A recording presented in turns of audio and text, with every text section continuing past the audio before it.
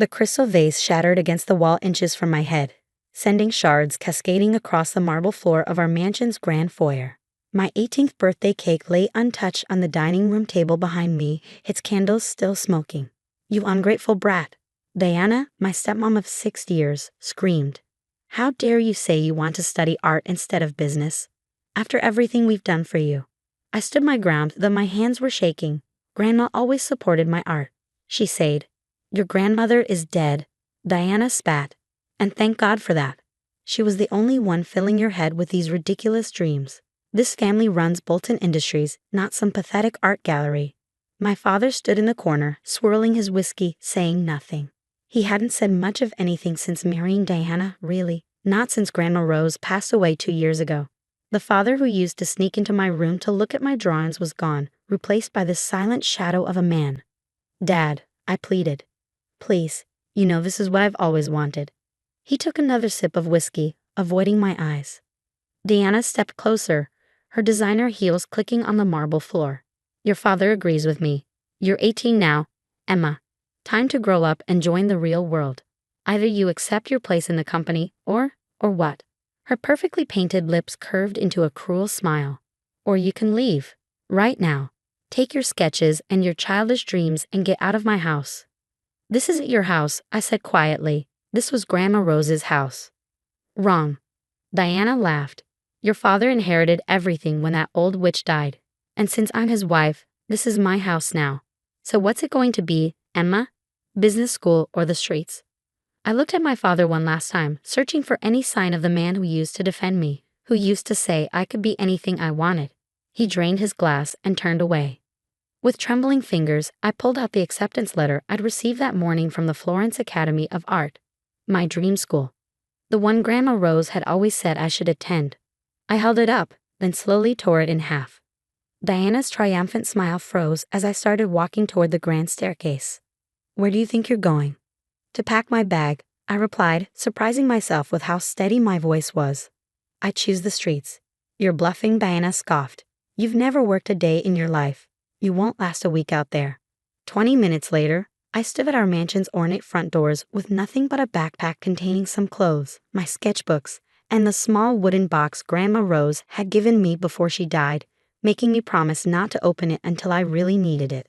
"I guess you really are as stupid as your grandmother," Diana sneered, watching me from the doorway. "Don't come crawling back when reality hits." As the heavy doors slammed behind me, I heard my father's voice for the first time that evening. "Diana, maybe we should." "Shut up, Charles. I knew what I was doing when I married you. That brat was the last thing standing between us and everything your mother left. Good riddance." I walked down the long driveway, past the manicured gardens Grandma Rose had loved so much. At the gates, I turned back one last time to look at Bolton Manor, the only home I ever known. In my bag, the wooden box seemed to grow heavier.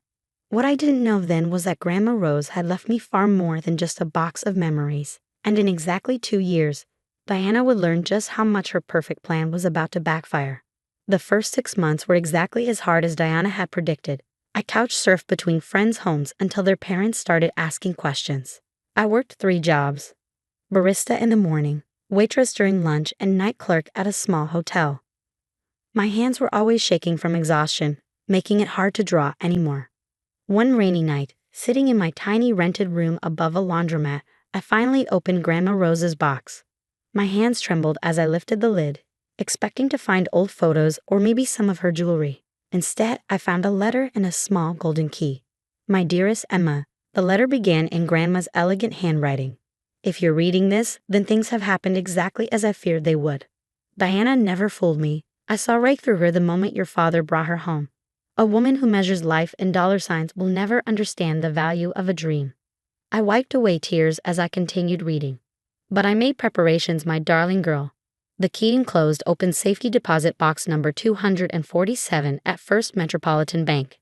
Everything you need is there. And Emma, remember what I always told you. Sometimes life's greatest masterpieces take time to reveal themselves. All my love, Grandma Rose."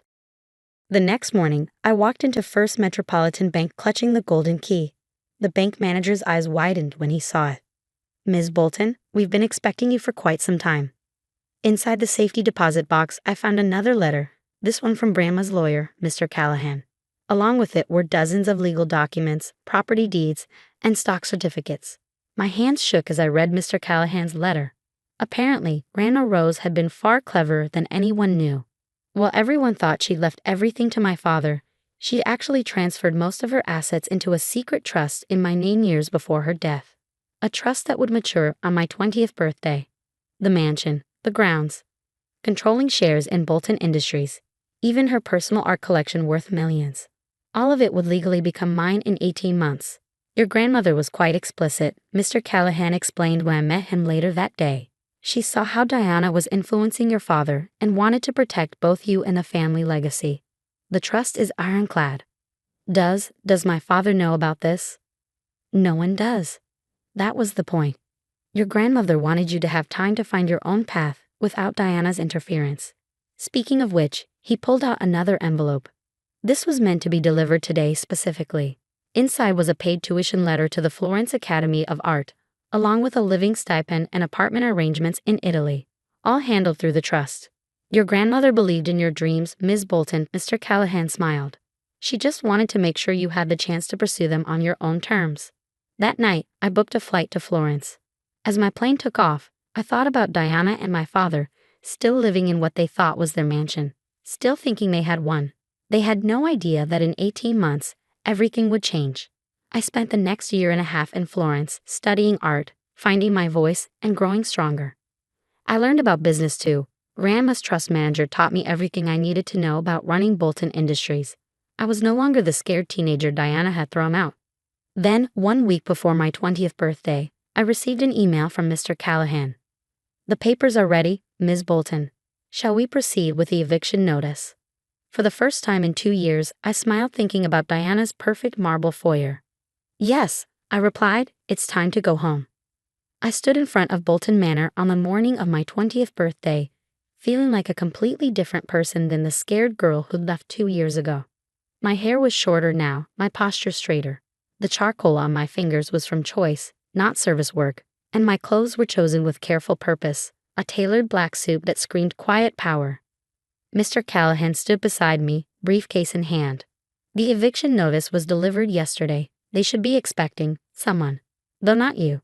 Right on cue, the mansion's front door burst open. Diana stormed out, designer heels clicking furiously on the marble steps, waving a stack of papers.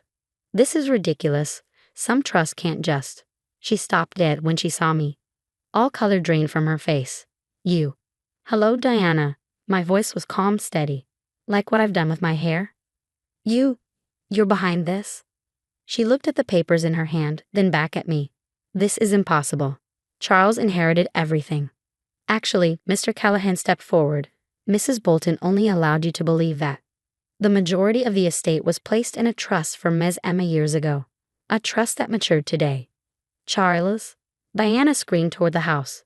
Charlie is out here. My father appeared in the doorway, looking older than I remembered. When he saw me, he froze. Emma? Hello, Dad. He stumbled down the steps, staring at me like he was seeing a ghost. You look so much like your grandmother. Shut up about that old witch, Diana snapped. Call our lawyers, she can't do this. Actually, I pulled out my own stack of papers, I can. The mansion, the grounds, controlling shares in Bolton Industries.